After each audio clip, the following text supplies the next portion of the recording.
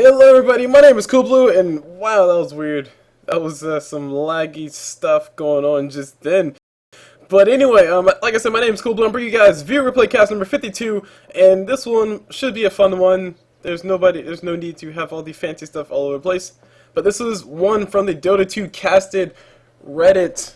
And the reason why I'm doing that, guys, is mainly for two reasons. One, I really want to get more, I guess my name out there a little bit more. So the casted Reddit pages are a really good place to go for cast, because a lot of times if you cast people's games, they'll be very happy and they just might like your cast. Who knows? I've had one really extremely good critique coming from one of the casts that I've done in the past from the Dota 2 casted Reddit, and it was really useful information they gave me.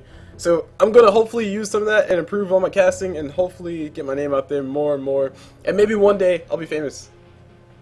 Nah, that's not really the goal. The goal for me is just to keep casting Dota because I really like it, and sooner or later, awesome things will be happening.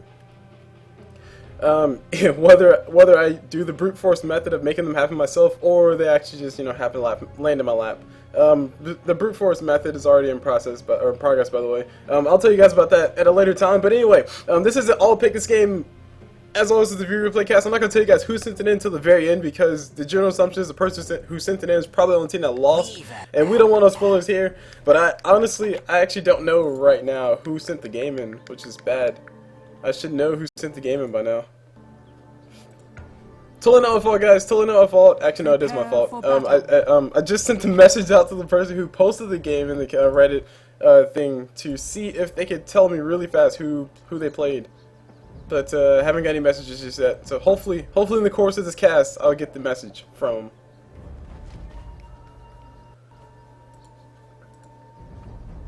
And I'm actually just going back to the casted thing where it was posted to see if I can see who they could have potentially played. Is this the one I'm casting? Oh, there we go. There we go. That's the one I'm casting. And also, no team's fully picked up just yet, so I have ample time to be distracted. I guess I can say that much. We got Nick Sassen going mid. Pretty happy to see that. We're gonna be seeing him go for the bottle first. Pretty cool stuff coming out of that. And I'm really trying to see if I can find hints as to who this person could have possibly played. Maybe if I click on their profile on Reddit, it'll show me their Steam name. No Steam name. Subreddit for having games casted. Blah blah. Player card trade. Updated. Ooh, wait, maybe it'll be here. Maybe it'll be here. That's for sure. Let's see. Come on, you can do it. Oh, wait, hold on. The whole time rating starts picking, so let me go and do it on this side and stop being a bad caster. Starting off with this Pudge, we see Pokatai, or Potiki, question mark, on that Pudge. Moving over to the top, on this Weaver, we see Treant on that Weaver. Moving into the jungle, on this Axe, we see something in Russian. I'm pretty confident that is Russian. I will say that with 100% certainty. I can't pronounce it out of the way, so it doesn't matter. Moving over down bottom to the line, we see Trumbum, or Turburium. Oh, I see. It's like Tiberium, but it's in Ermagara language, So it's Turburium. Moving over to Fiddleenter, we see Milkist on that Fiddleenter, and last but not least, actually no, it's everybody on the side of the Radiant. Moving over to the dire side, start off on the Treant Protector, we see Rambo on him. Moving over to Nick's Assassin in the middle, we see E.frEEz. That's right, Ice.freeze on him. Moving down bottom, we see Wife Stealer. Wife Stealer on that Disruptor. He's going to glimpse him back to his bedroom, if you know what I mean. Wow. Moving down on the Sladar, we see Cossack on him. And on the last person, we see a Jungle Bloodseeker, which is something you don't see often. Typically, we see Bloodseekers play. They're either playing in the mid or they're playing in the safe lane. But we're going to be seeing Demacia on that Bloodseeker. And LOL. That is illegal. Literally LOL. That is League of Legends references over there.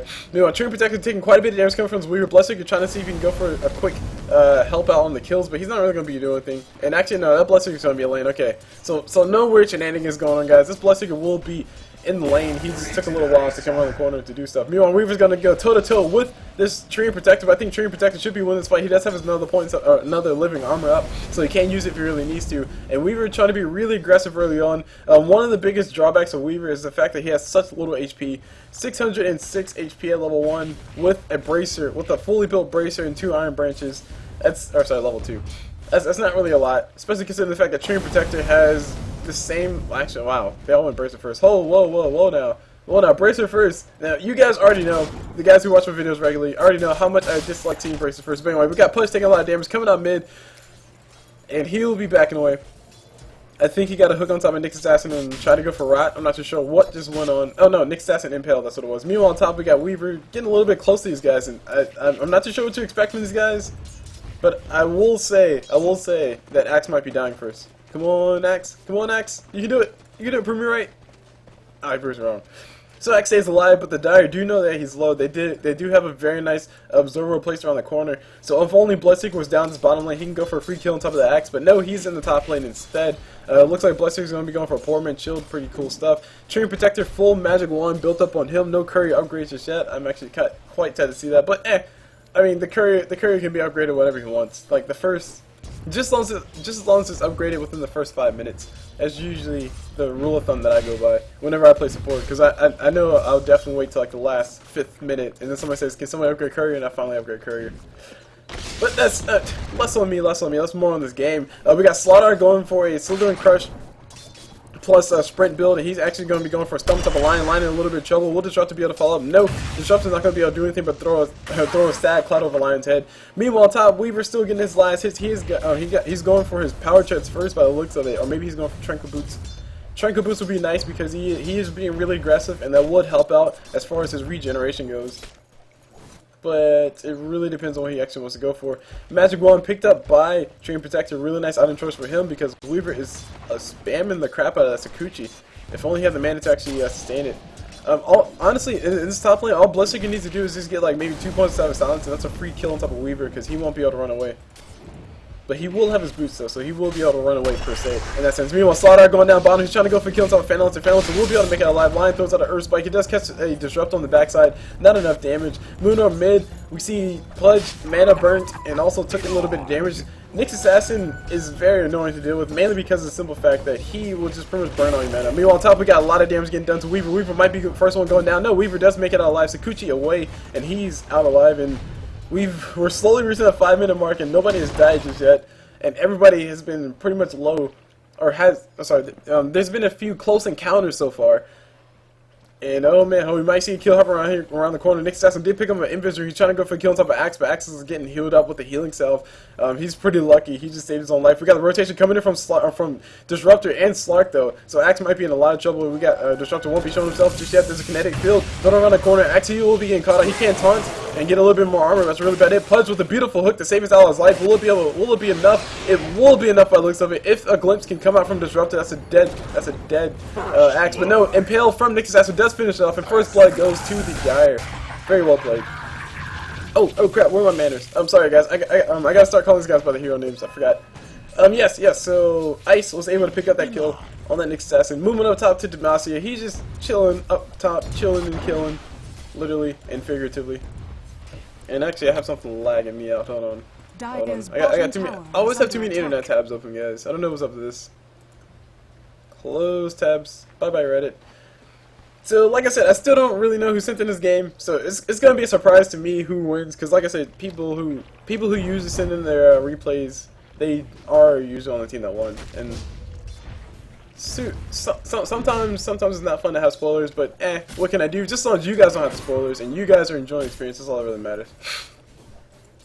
So, as far as what is around the map, don't know just yet. Hold on, we got Lion throwing an Earth Spike on top of Slark. Slark just gonna eat the damage and back away a little bit. What kind of build is Slark going for? Because that's always one thing I'm always concerned about. Whenever I play Slark, I like to go for Medallion of Courage and just pretty much just get negative armor on everything. That's pretty much how I play Slark. But that is me. That is just me specifically. Meanwhile, we got Weaver up top taking a little bit of damage. Bloodseeker does have a point of silence. So that's 6 seconds that Weaver could potentially die. Yeah, they won't have enough damage to actually go for it until Bloodseeker gets his ulti, or until Treant Protector gets his ulti even. To finish off the Weaver, that is. Meanwhile, Axe is still in the jungle trying to go for the farm. These, no, they're not blocked.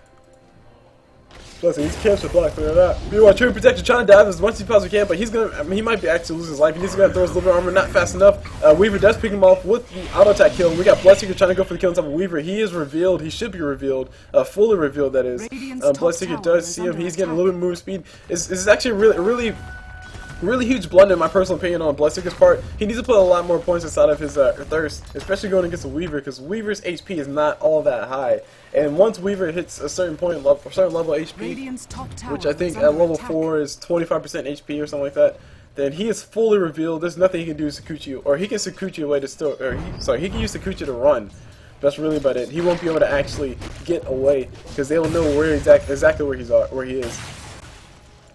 But the fact that there's a Sladar on the side of the dire side, that actually really might help him out. Meanwhile, we got a rotation coming down bottom from Nick's assassin. He's trying to go for a kill. He is on an invis room right now, and not a vendetta, if I'm not mistaken. No, he is on vendetta. Okay, so he will be able to have that vendetta crit off for that. Oh, never mind. They're going for a kill on top of Lion. Lion does go down around the corner.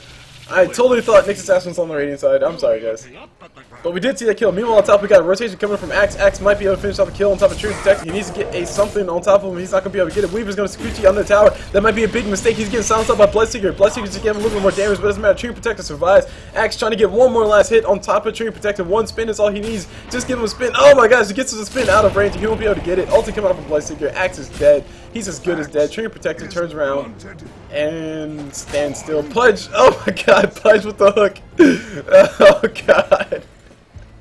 I think Treant Protector stopped the type and it saved his life. Pudge almost able to get the kill on top of Treant Protector. If he would have hooked Treant Protector, he could have ulted him and that would have been a kill. I think Pudge might have lost his life in the process of all that because Bloodseeker would have been there, just punch him in the face around the side. Speaking of which, Bloodseeker has a glove of haste, which I really just like to see, especially on agility hero. Honestly, quite honestly, if you're going to be going for treads, which I'm assuming Bloodseeker's going for, with this glove of haste, I would almost always argue that you go for the stat efficient item. The only few times where I would say going for the glove of haste or going for the boots first would be, oh man, no, Pudge gets a hook on top of the Sladar does go down. Easy kill is easy. Pudge picking off the kill. Out of mana for anything. Doesn't have any Urn of Shadows just yet. Not too sure if he's going to be going for one, but he is going for face boost instead. Nick's assassin picks up another rune. Ice is doing a really good job. Jeez, I keep forgetting to call this my name. Ice is doing an extremely good job. Make sure he hoards those runes. Meanwhile, Triss is up on top on that Weaver. He's just hanging out with the healing salve. Not really much he can do. He can still go for a lot of farm, but Demacia on that Bloodseeker will just silence him up, and they could possibly go for a kill. But he still only has 1 point inside the thirst, so that's 15%. No, 10%. Weaver has to be below 10% HP. 10% or below lower HP before Bloodseeker can fully see him. Meanwhile, mid, we got Pudge. No, we got Axe going toe to toe with this Nick's assassin. And like I said, I'm trying to call these guys by their names, but Axe's name, I can't pronounce that. I shall name you something. I shall name you NP. So NH on the Axe. He's just gonna hurt him right away because it looks like an N and it looks like H. I'm sorry. I apologize to all the people who are offending with that, but it looks like an NH. Meanwhile, Cossack or Cossack on that Sladar, just trying to body block an illusion, saying you ain't going nowhere, bro. But Phantomlizer, he's not there. He's not the real one. Oh, we got a rotation coming around the back from Ice. Ice will be going for this kill on top of Treant. Treant is in a lot of trouble with the Vendetta crit coming out. Ulti coming from Treant Protector. Ulti not necessary. Ouch, my toe. Ulti not necessary at all, but he does still use it. Bloodseeker ulti would have been a little bit more useful in that engagement, honestly, to keep Weaver still. But the silence plus the Vendetta crit plus the impale plus everything else was more than enough. And finally, Bloodseeker puts another point inside of his thirst, so he will be able to actually find Weaver whenever Weaver gets low. And that's quite often, because like I said, Weaver only has like, what, 606 HP points last time we saw when he was at level 2. So it's possible that he has maybe just below, okay, yeah, I was about to say just below 900. Honestly, I was going to say just below 800, but you guys didn't know that until I told you. We got double TPs coming on top. We got TP coming from Axe. We got TP coming from Weaver. Axe will be getting the Berserker's call on top of that Bloodseeker. Bloodseeker in a lot of trouble. Bloodseeker can turn around and throw his ulti on top of something. He will throw on top of Weaver, who is going to Sakuchi away and stand still for a few seconds. There we go. He's going to be able to make it out alive. Disruptor trying to wail on him. Weaver pops his ulti. Should have probably should have popped that a little while ago. Disruptor does show up to the fight and he does die promptly afterwards. Rambo on that Treant Protector does go down and poke text. Or poke on that Pudge, able to get all that. Cossack's coming out for cleanup crew, but he won't be able to actually do anything. He can throw his ult on top of Tresses on that Weaver, that's really about it. And that's exactly what he will do. He will be backing away. Hook from Poke does miss completely, and we got another Vendetta crit coming out from Ice. His ulti is up, he has arcane boots, he's ready to go for a kill. Who's in the jungle? That is an Axe in the jungle, so he might want to just go ahead and run, but he won't be able to make it out of this one. He picks himself a ring of health, but NP will be going down for his troubles. Ice will be able to finish him off. Spike carry pace of all things. Because of the Axe pin, and Axe does have a lot of points to that counter helix, which is actually quite concerning. Even if you see a jungle Axe, I don't think they max their counter helix above 2, or put more points above 2. I'm not too sure. I could be completely wrong. I might be completely wrong. It's possible I'm completely wrong, because I am Cold Blue. I am always wrong. Sometimes. Oh, Pudge gets a hook, and the Vendetta. Oh, sorry, yeah, there we go. Beautiful spike carry coming up from Nick's stats, and really good reaction time. He's able to stomp the Pudge, and there's nothing these guys can actually do. There was this line around the corner. Line does have his ulti, but that's not enough damage to actually kill this Nick's assassin. Nick's assassin will be back in the way. 14 seconds for his Vendetta, and he'll be fine. Meanwhile, we got a rotation coming in top and bottom. Not necessarily rotation, but just people still laying on the side of the dire. While the Radiant are kind of running around trying to go for ganks, I guess, if that's what you want to call it. Axe gonna be going for a Vanguard. He's a little bit ways away from that, but he'll have that soon. Bloodseeker and Treant Protector will be able to finish on his top tower. Gold should be going for Treant Protector. Rambo on him. And Demacia on that Bloodseeker, he still hasn't changed anything yet. I think he's going for a Hand of Midas, but if he is, he needs to hurry up and go ahead and buy it. Meanwhile, Ice on that Nyx Assassin is in the jungle. Vendetta's up, and Tiberium, or Turbrum. Let's call him Turbrum. No, let's call him Tiberium. Because I think it should say Tiberium, but see, it's Turumbrum.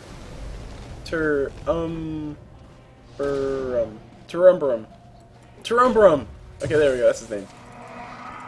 Turumbrum on that line. He might want to run. Anyway, Nyx Assassin gets a little bit of damage, free damage on top of MP. MP is going to go back away. Tressus does have a cloud above his head. He has his ulti though, so he can't use it if he needs to. Impale comes out for Nyx Assassin. Does miss all the important people. And Cossack, he can't really initiate right now because he only has 1 point on his sprint. And as you guys know, the more points you put into Sladar sprint, the much better, or the better it gets. 40% increase in movement speed whenever you have power traits. I think that puts you at, I don't know, let's say 400. I'm not too sure. It should put him at 400. That's a wild guess, guys. I haven't actually done the math myself. But he does need that extra point, or those extra points in sprint, because the beautiful thing about sprint is the more points you put into it, the better and better it gets for Sladar, or for Sladar. With just 1 point, I mean, you only get 20 bonus move speed, and you're taking an increase and 15% increase additional damage. But if you get all your points inside of it, you're getting a lot more compared to what you're losing. Meanwhile, around the corner, we see Nyx Assassin and crew all go down bottom to go get a kill on top of whoever that was, a Phantom Lancer. Pretty much. Yeah, that's a really important kill. A really important kill for them to go for. I really do hope Vladimir's offering is not coming up on PL. But if it is, I will so totally talk about you, PL. I'm so totally going to talk about you. Actually, hold on, let me go and get the name ready. I'll talk about you so bad, Milk. It's not even funny.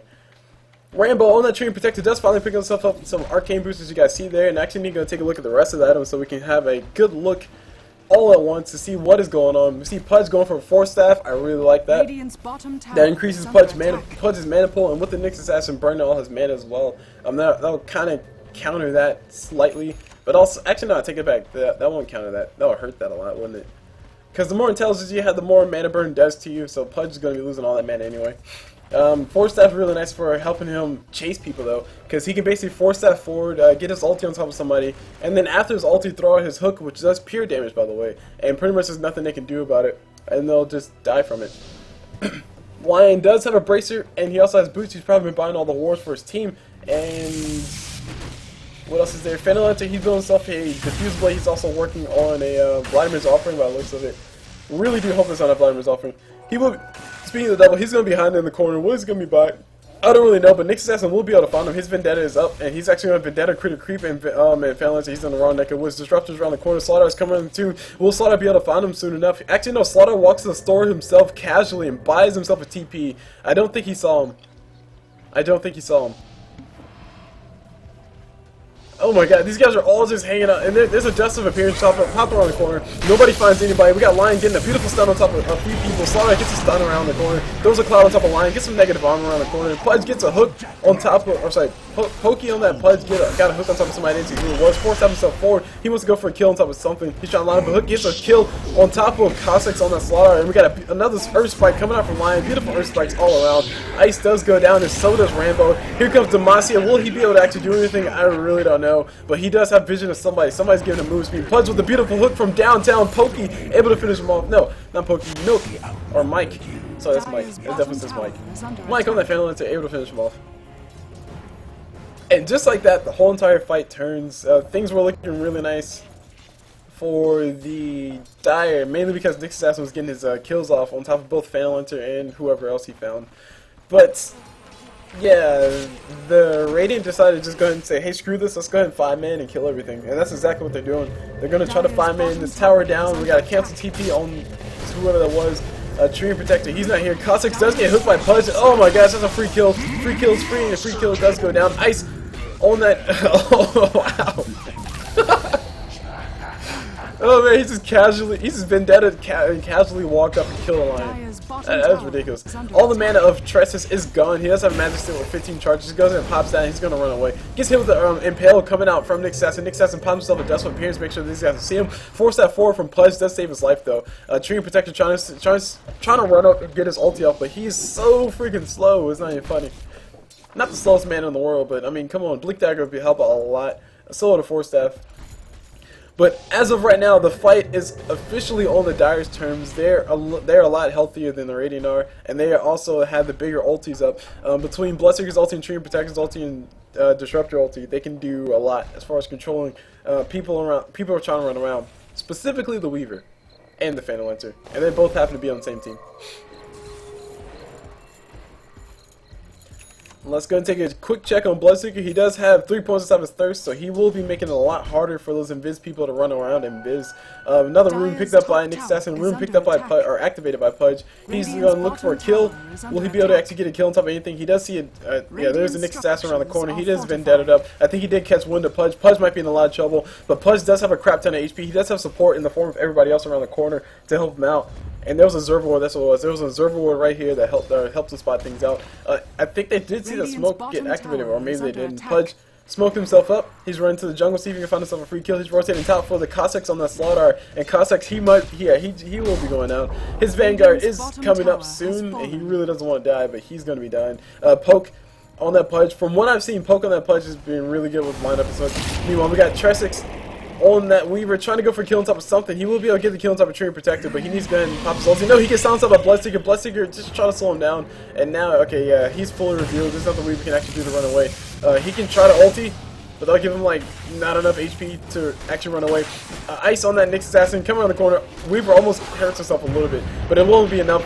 Beautiful ulti coming out from Lifestealer on that Disruptor, just getting a nice little choke point on top of everything. Meanwhile, we got Bloodseeker throwing silence on top of Weaver, or no, he's doing it on top of himself to go for more damage. Cossacks coming from nowhere, just getting a stun on top of a few people, going for the damage. And Mike, he will be able to make it out alive, just backing away. Bloodseeker should still have vision of him though.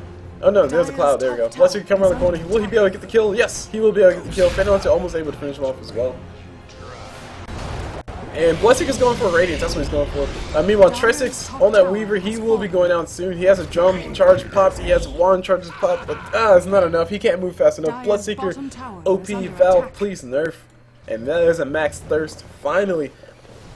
To be honest, if Bloodseeker would have had that Thirst maxed a little bit earlier, I would argue if he would have had that max before Bloodbath, because he has a Treant Protector on his team, he doesn't really need to have his regen. Treant Protector can just heal him whenever Bloodseeker really needs it. So if he would have decided to just go ahead and max his Thirst instead, he could have just made the life of both Phantom Lancer and Weaver a living hell from the beginning of the whole entire game. But it doesn't matter. He's finally reached that point to where he can just be as annoying as possible to both of those heroes.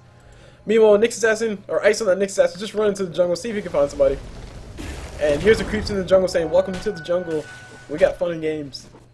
We got everything you want. Something, something, something, something. Pudge building himself an Aghanim Scepter. He's going for the Staff of Wizardry before he's going for the Ogre Club. I would argue that he should go for the Ogre Club first. and then replace his Smoke of Deceit with a Ogre Club. I mean, that's more strength, that's more damage.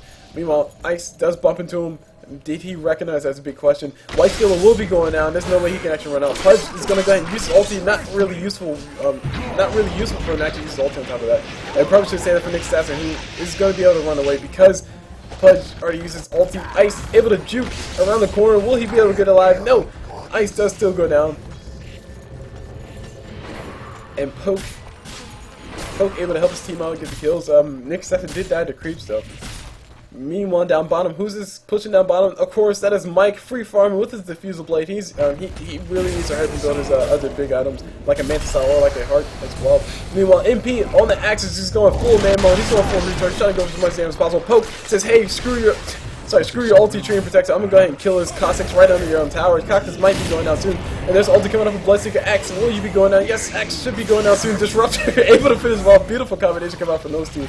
Meanwhile, we got Turbum on that line going down to the tower shots.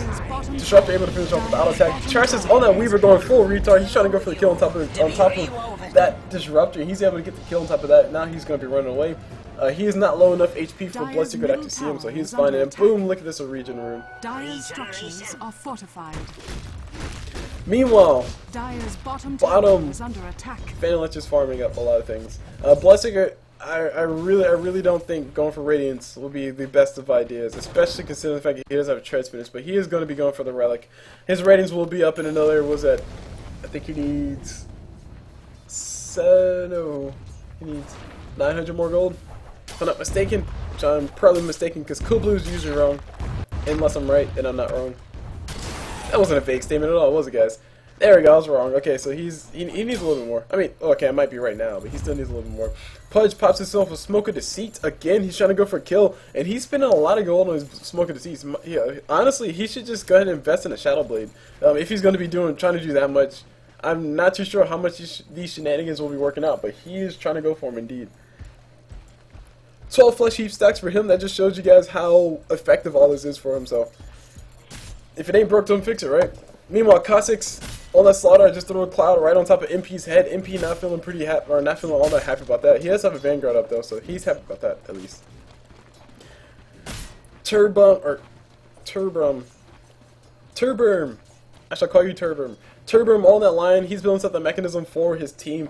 He's 500 gold away from that, so he'll have that up soon. Meanwhile, Trees on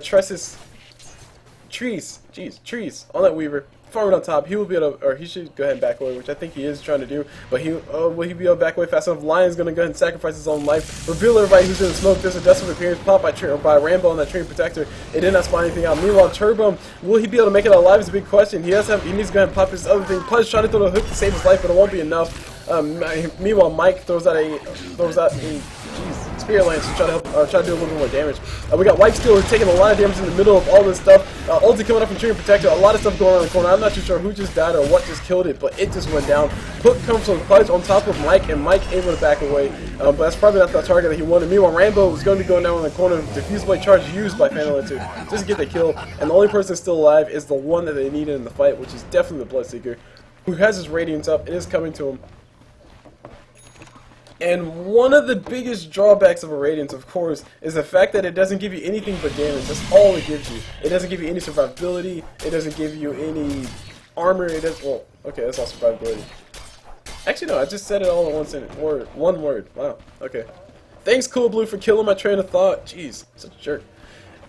Basically, a Radiance is extremely risky thing because once you get it, I mean, you're kind of stuck in a box of I only do damage. It's going to take a Bloodseeker quite a while to actually get up his bigger items to make him survivable, like a BKB or a Butterfly if you want to go that far, if you really want to go that far, or an AC even. But anyway, Trees on that Weaver, he might be going down. We got Nyx Assassin stalking him, stalking the crap on him. Ice on that Nyx Assassin, he's trying to go for it. He will be able to find the Weaver on the corner and get in a beautiful Vendetta crit. Here's an Impale to follow, and we got everybody else coming around the corner just in time. Nick's Assassin throws out his Spike Carapace as well. Tress able to make it out alive. He's going to be able to Sakuchi away. Sladar trying to go for the chase, but he needs to put way more points inside of his sprint to be able to keep up with the Weaver. He gets a Cloud off at least, and we got rotations coming in from MP on that axe. He has a Blink Dagger right now, so he can blink in and get a taunt and possibly go for a kill on top of any one of these guys. But both these guys would be really hard to kill.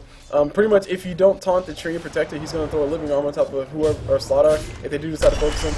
And if you try to focus Sladar, I mean, he's pretty survivable. But look at this.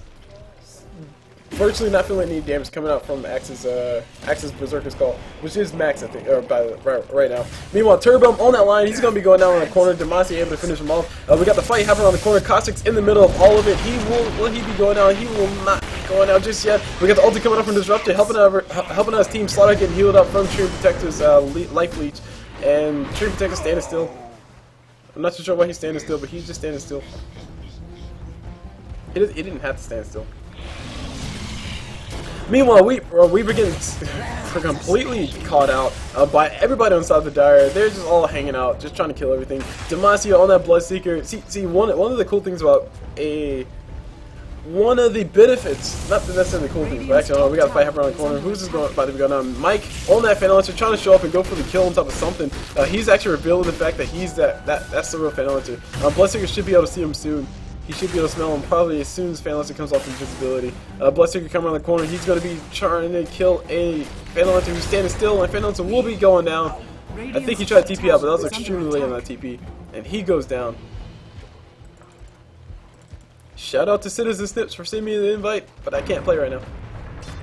We got a jump charge being used, just casually trying to go for the kill. I think I saw somebody. Yes, I did see somebody. They saw a Pudge around the corner. Poke on that Pudge. He will be going out. He gets a hook on top of Nick's Ice on a Nick's Assassin. But Ice just turns around and kills him anyway. Says, I don't care.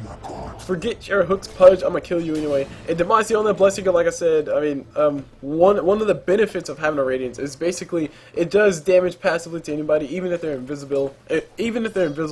So it'll increase the chance of a Bloodseeker being able to reveal him completely with his thirst. That's basically the point I was trying to get at. But still, it doesn't give any stats for survivability, so I am of course against it. But it is working out for these guys, mainly because of the team composition. Like I was saying before, earlier on, Treant Protector with his living armor can pretty much give Bloodseeker all the regen that he needs and all the survivability with air quotes that he needs.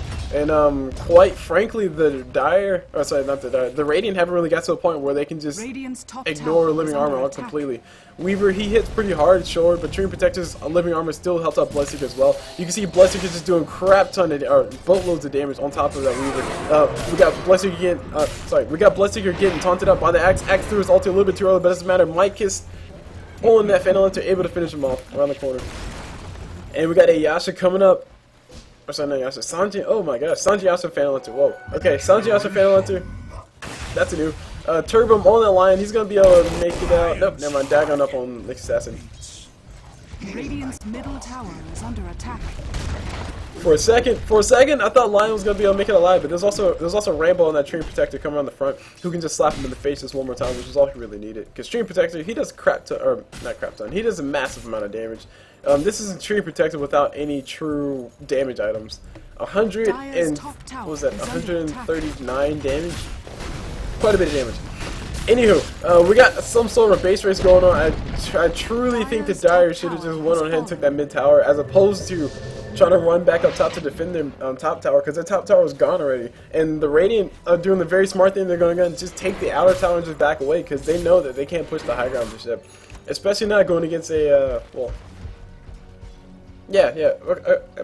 I guess you could say especially not going against a Treant Protector, but the Dire really misplayed on that one. They should have just kept going and tried to take that last outer tower, or sorry, that last tier 1 tower inside the Radiant. But that tower is still here, and what that tower translates to directly for the Dire, that is, it translates into an easy path to Roshan. It translates to an easy path into their jungle, both this way and that way, as you guys see on the map drawn down the bottom, and also translates into just a general point of TP that you can pretty much get to any map very quickly.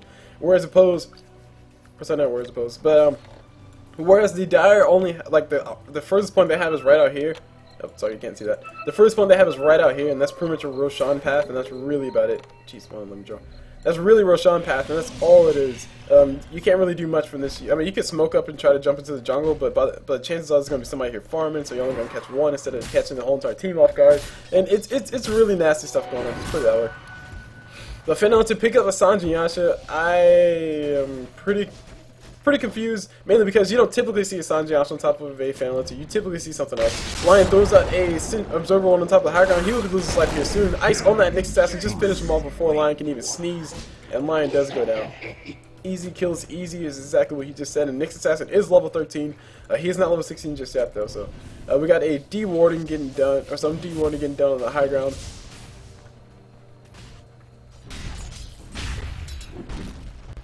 And item check, because we all want to know what the heck these guys have right now. And we see mechanisms up online. We got a game getting paused. Perfect timing. Thanks for pausing, guys, because I need to go ahead and talk about all this.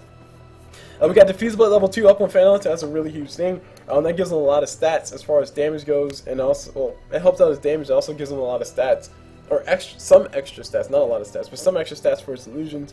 Moving on to drums. Drums, nice on. Oh, sorry, I thought it was on Phantom Lancer. Drums are nice on Phantom Lancer too.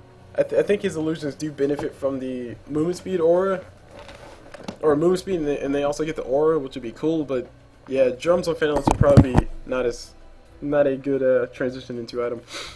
Sanji Yasha is up on Phantom. Like I said, I question that completely. He could theoretically disassemble it, or disassemble the Sanji Yasha and then build a Mantis style and then build a Heaven's Halberd, which would be cool, which would be nice and pretty sweet and sick looking for a transition in items. But quite frankly, having a Sanji Yasha pretty much delays Phantom's Mantis style by, well, 2,050 gold, which is the cost of a Sanji. So I would have, of course, me being the caster, I'm going to always say that I would prefer to see something different from what he actually did, because I will never be satisfied. I will never be satisfied. I would much prefer to see him go for a Mantis style. That ultimate aura could be up on top of him. That would give him some nice stats, some nice HP stats for his illusions, albeit not as good HP stats as you get from a Sanj. But it's, I mean, still good HP stats nonetheless. Desolator up on top of Weaver, also drums as well. That's a result of the early game. We got Blink Dagger up on Axe. That's going to be big for initiation if he can actually get a taunt on somebody, that is. Ghost Step up on Disruptor. That's going to help out with survivability versus the Weaver and the Phantom Hunter. And to some extent the Axe, but Axe, I think Axe's spin is magic, or is it physical? It is physical. Okay, cool. Thanks NP. Thanks NH.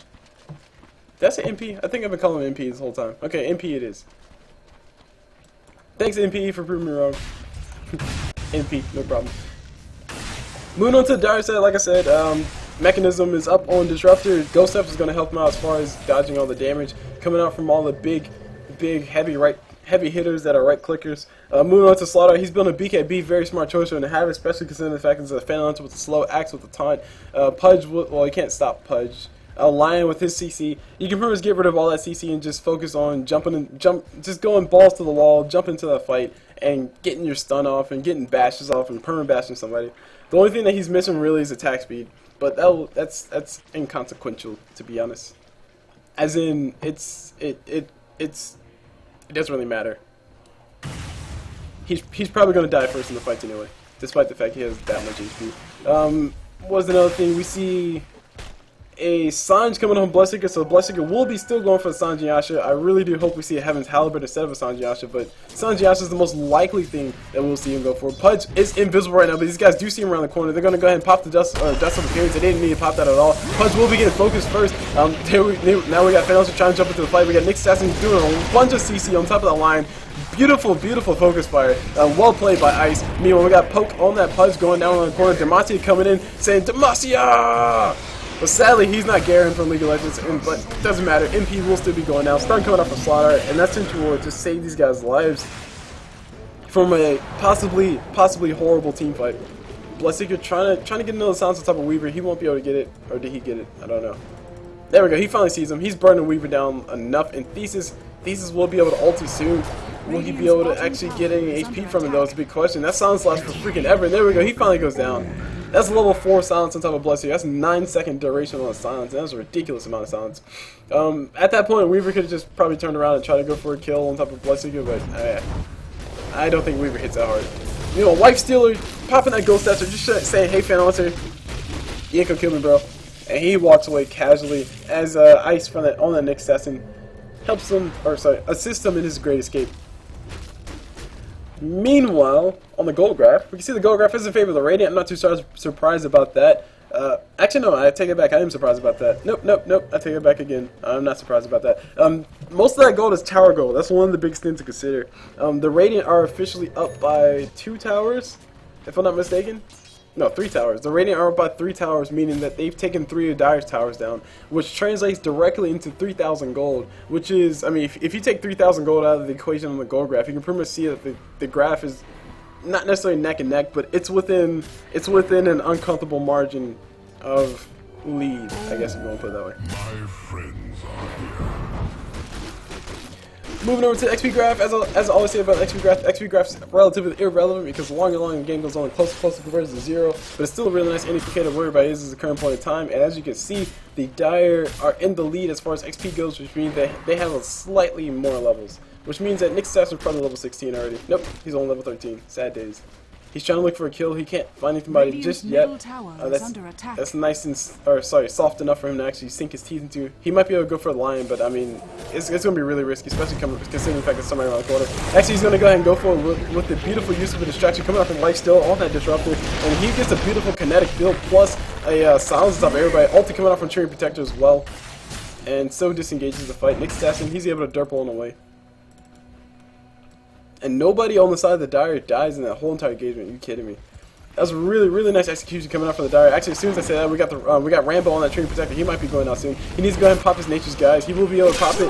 Also coming out from Pudge, and I think he's still dead. Is there a gym? Is there a gym? I think these guys have vision. They had vision. Nope, they didn't have vision. Okay. It does take Treant Protector 2 seconds to become invisible, so Axe was able to get an auto attack off before Treant Protector got away. Cossack's on the Sladar. He might be going down soon. He's getting hit with the Death Slider debuff, and he's taking a lot of damage. He goes down finally. Meanwhile, we got Ice on that Nick Assassin coming around the corner, just zooming in like a race car. He can't really do much to defend this. I mean, he can go back into the base and try to kill somebody. That's really about it. Meanwhile, Demacia on that Bloodseeker, he's going to go ahead and just man up. He's going for a base race, and he's actually doing quite a bit of damage, plus all his creeps, and he's letting the tower do as much damage as he wants to him. Mainly because he can just heal up. He also has a Treant Protector up another 14 seconds to heal him up if he needs it. And this base race is not really there's not really much of a race. The Dire honestly had the better position. Or sorry, have a better advantage. I'll put it that way. The Radiant are getting a lot more from this though because their middle tower does have 2 towers, so it will be able to push even harder back towards the Dire side. But on the flip side of that, the Dire do have a Bloodseeker that's just casually killing the casually killing the Radiant space. Axe pops his blade now. I think he got a kill on top of Treant Protector because of that. Meanwhile, we got a Disruptor on his ulti. It won't be able to do enough. Wife Stealer throws out his Ghost Dancer. Pudge says F that, I'm gonna go ahead and throw a hook, and Bloodseeker says F that, I'm gonna go ahead and kill you, bro. And there's a Pudge going down around the corner. Meanwhile, we got MP on that Axe, going to be going down soon. I think he tried to go for ulti really fast, but it wasn't enough. And we got Weaver revealed completely. He's gonna be going down. AC is up on top of Bloodseeker. He has a lot of survivability. Weaver gonna go ahead and turn around, man up. And it doesn't matter, Bloodseeker gets a kill. The last tick of damage looks like it went to the Radiance. Demacia! That's what Garen would say. That's what Garen would say. And if you guys don't know who Garen is, you just like go look up League of Legends Garen. He's like the main guy, I guess, if you want to put that with air quotes.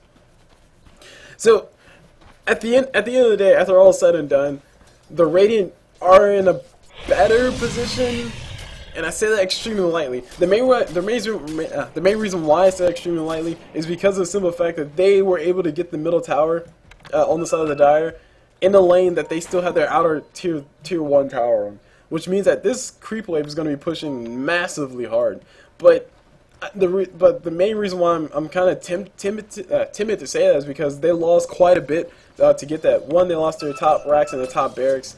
Radiant's Oh middle man, hold tower on, is whoa, under we got attack. Turbo on that line. He's gonna be going out. He's been getting killed all day by Ice, and Ice will be able to make it out alive. He has a regen rune as well. Brought it up just in case. Meanwhile, we got Pudge getting his ulti off on top of Demacia. Demacia might be going out too. Demacia turns around, throws his ulti on top of Pudge. Demacia does get purged up by that Phantom Lancer, so he couldn't run away. And Pudge's gonna go ahead and heal up while he's standing still. Oh, my nose is itching like crazy. Must mean I'm gonna get a visitor soon, huh? So, what are we seeing here, guys? What are we seeing here? What we are seeing here is just basically a Phantom Lancer versus a Bloodseeker. And honestly, Bloodseeker, as good as he's doing, Phantom Lancer can still push like crazy. Bloodseeker can do quite a bit of damage, as you guys can see. I mean, he's been doing quite a bit of damage this whole entire game. But Phantom Lancer, he still pushes pretty hard. If you just give him enough moves. You know, we got Rambo on that Treant Protector, popping his ulti, trying to make sure that Phantom Lancer doesn't go in there. Phantom Lancer is silenced up, he is dusted up, and he won't be able to make it alive. Glimpse coming out from Disruptor is all they really need. Actually, no, he already uses Glimpse, and there we go. Mike does go down on that Phantom Lancer. Ice able to pick up the kill on top of that. Double kill for him. And now the bottom tower is getting sieged. These guys need to be very careful the Radiant do. They're losing all their advantage, or all the advantage that they had. Weaver picks up a Lincoln Sphere, pretty cool choice to have. But really the only thing is there to block is... Actually, no. Lincoln Sphere on Weaver, that's questionable. That's questionable at best. I'm not too sure what else he can go for instead. I mean, he could just go flat out more damage, but he will die just that much faster. It's really tough. It's really tough to call out what he should go for instead of Link Sphere. The main reason why I say that is because with the Link Sphere, you have Sladar with his Cloud, which is going to get rid of a Link Sphere. You have Bloodseeker with his Silence, which will get rid of a Link Sphere. You have Bloodseeker's ulti, which will get rid of a Link Sphere. You have Disruptor's ulti, which will get rid of Link Sphere. You have Disruptor's Cloud, which will get rid of Link Sphere. You pretty much have a lot of things that will pop that Link Sphere before anything important is actually used. Radiant's And 9 times out of 10, Cossacks on that, or sorry, Cossacks, whatever. Cossacks on that Sladar is probably going to throw a Cloud on top of that Trace to actually go for that. Meanwhile, we got a beautiful initiation coming out from Axe. Axe able to finish off the Treant Protector, says, I don't need to move to kill you, bro. And there goes the Treant Protector going down. We got the poke on that Pudge, trying to throw a hook in the right direction, but does miss completely. And we got the Radiance going, not Radiance, H is going to Bloodseeker of all people. And just that fight right there, kind of sort of shows you the power that the Radiant do have when the Bloodseeker is not involved in the fight. If Bloodseeker does go down, then that's pretty much the Radiant win the game. That's really about it. So this game will really come down to if Bloodseeker can hold on for his team, because he is carrying his team. Will it be enough? Like, will it be enough for these guys to actually just sit back at home, defend, and slowly whittle away at the Radiant, or are the Radiant just going to go ahead and just get big, just get fat as crap, and kill everything? Phantom Lancer, he has something getting brought to him. I think it's a Mantis, I'm not too sure. We got MP going toe-to-toe with Demacia. Demacia might be going down soon. Axe is out of mana, so he can't pop his ulti right now. And, yeah, okay, yeah, Axe is out of mana, he can't pop his ulti. MP will be going down on the corner, and Bloodseeker able to pick up the kill on top of that. And the middle, one tier 4 tower does go down, and the HE is also under attack as well. We got everybody taking a little bit of damage on the corner. Phantom Lancer trying to kill his ancient as fast as possible can, but won't be fast enough. Treant Protector's ulti is up. He needs to go ahead and use it to go for the kill on top of Mike. And Mike will be the Invis one. And Sladar throws out a Cloud. Beautiful Cloud coming up from him. And this is Mike running away. Mike will be getting hit with the Impale from the back side. And there's a Disruptor. That's not a Disruptor. Disruptor, a kinetic field thrown around him. And that's the end of all that. So Ice still able to pick up the kills. And this is getting closer and closer to a base race. Pretty much just one team sends 5-man one way and the other team sends 5-man the other way. And it looks like we got a smoke gank coming up soon. No, never mind. That's a Pipe of Insight. Cool, Pipe of Insight would be really nice versus everything except for Bloodseeker ult, because that is HP removal and there's nothing you can do to stop HP removal except for not have HP to remove. Of course, that's totally logic, right? But it will be nice versus the Treant Protector's Leech Seed. It will be nice versus the Radiance Burn coming up from Bloodseeker. Pudge tried to get a hook on top of whoever that was, but it wasn't enough. And the middle tower does finally go down. Bloodseeker, how much are you hitting for with your rage on top of you? You are hitting for about 400. Cool. Disruptor hitting for a 111. Support. What do you expect? And Sladar's building his AC as well. At this point in the game, I think Sladar should just go... Nah, AC would still be nice. Sladar should probably just go for more HP, maybe just go straight up for the heart. The AC is already up on Bloodseeker, which basically means that Bloodseeker is providing the same thing that Sladar is providing, which is both... Excuse me. Which is both attack speed for himself and attack speed for his allies and armor for his, or negative armor for his enemies. 9 times out of 10, Bloodseeker is going to be involved in these fights. Unless he's doing Roshan, that's really about it. And we got the courier following Bloodseeker, not too sure what it's following him for. Oh, there we go. Bloodseeker, no Bloodseeker. Courier is running towards the creeps. And now the courier is running back away from the creeps. Cool. Meanwhile, the whole entire Radiant side are dedicating their time down bottom to go ahead and push this lane back. Whilst we have Cossacks on that Sladar pushing this bottom lane. So we pretty much have a 1-5-man glob of people pushing a lane.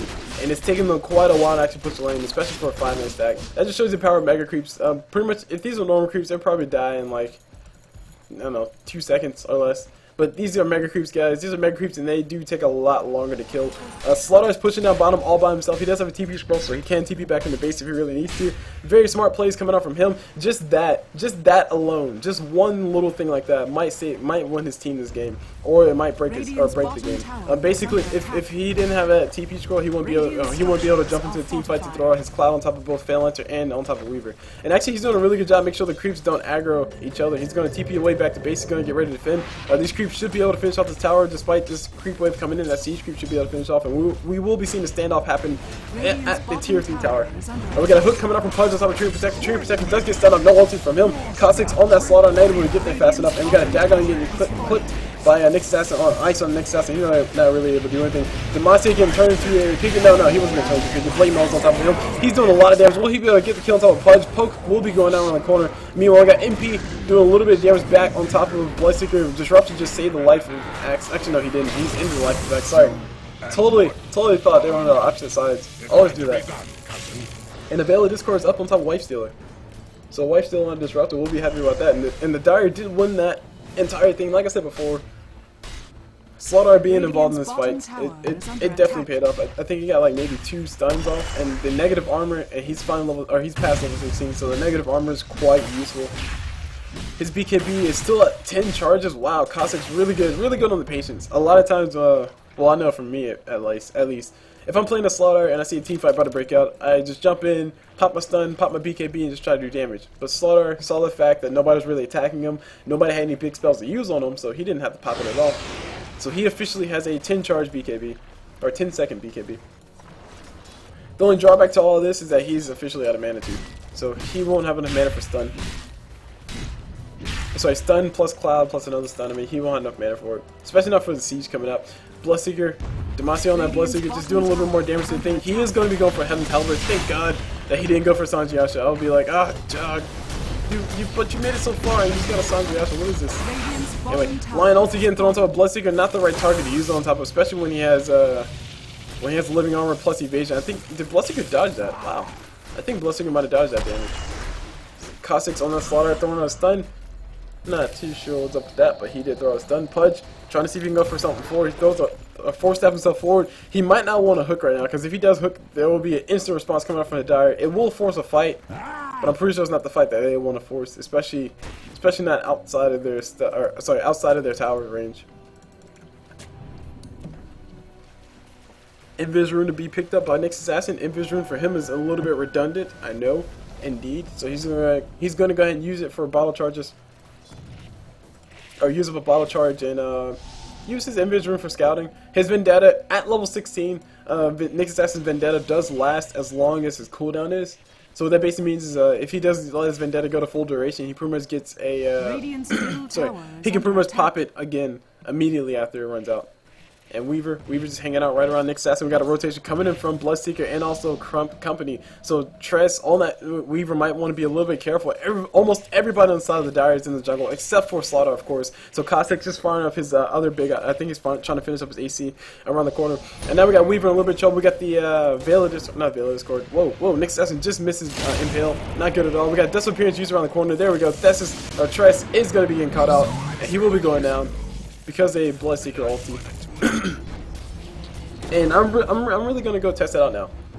Glimpse plus Bloodseeker ulti equals free damage. That's what that equals. Especially if they try to run away. So somebody tries to run away, and they get like right about here. You get a glimpse as Disruptor and pull them right back to where it started. That's like a massive amount of damage. And for all those who didn't know, Bloodseeker's ulti does not hurt you if you travel a certain distance, like over a certain distance, which is basically, I don't know, 3,000 or something like that. Some odd number, I'm not too sure. We got a Nick Assassin, ice on the Nick Assassin, beautiful reaction from time coming off from him, throwing out the spike here. So we got the fight happening on the corner. Cossack's on that Sladar, trying to go for as much damage as possible, trying to make sure Lion can't stop him, and he will be going down. We got Pudge on that, throwing the hook on top of PL. PL will be able to break out. We got MP going to be going down before he gets glimpsed back to the base, and I think that's pretty much it, guys. The Radiant do definitely have nothing that they can do. Radiant's bottom barracks has fallen. Demacia on the Bloodseeker. Oh, excuse me, doing a little bit too much. Has that Heaven's Halberd, so he can actually deal with a PL, or he can deal with a Weaver. And PL does actually have a heart as well. Really good stats for his illusions. His illusion will do quite a bit. We got Pudge getting ulti off on top of a... Nope, nobody, really. Ulti coming off from Bloodseeker on top of the PL. PL can't really run in Rambo style and try to go for kill. And that's pretty much it. Treant Protector does get hooked up, speaking of double, speaking of Rambo. And will he be able to get the ulti? No, he does go down before Ancient explodes. Ancient does finally go down. GG well played, thrown out by Nick Assassin. GG well played, thrown out by everybody else. And that is the end of the game. So I'm gonna go check and see if the person who submitted this one did tell me who they played, so I can give them shout outs. Hold on, a few seconds. The suspense is building, I know. I have to go ahead and open up Reddit. And let's do it the easy way. There we go. Refresh. Yeah, I got nothing. Alright, cool. So I don't know who sent this game in. Somebody sent it in from the Dota 2 Reddit page. Hopefully they'll tell me when they comment on the fact that I posted it. I'm not too sure how I'm supposed to say that, but either way, I will put a nice little annotation here if I really have to, which I probably will have to say this person sent it in, so thank you for sending it in. So thank you, that person whose name popped in the annotation, for sending this in. This was a very interesting replay. It wasn't all that like super long game. Like for some reason, almost every single game on the Dota 2 caster Reddit it's like. It's 80 minutes longer and longer. It's ridiculous. I don't know what's up with that. I think people just want people to see their awesome 90-minute game where they actually won, just because the other team couldn't push in hard enough. But anyway, this game was 50 minutes. It was a little on the long side, but not extremely long. So I'm pretty happy with that. I'm pretty content. So I'm gonna go ahead and end it there. Like I said, thank you, person who sent it in. Your insert hero name here did very well, and this game was fun to watch, especially because you built insert cool item name here. I hope you guys enjoyed the cast. I'll see you guys next time, or see you guys whenever.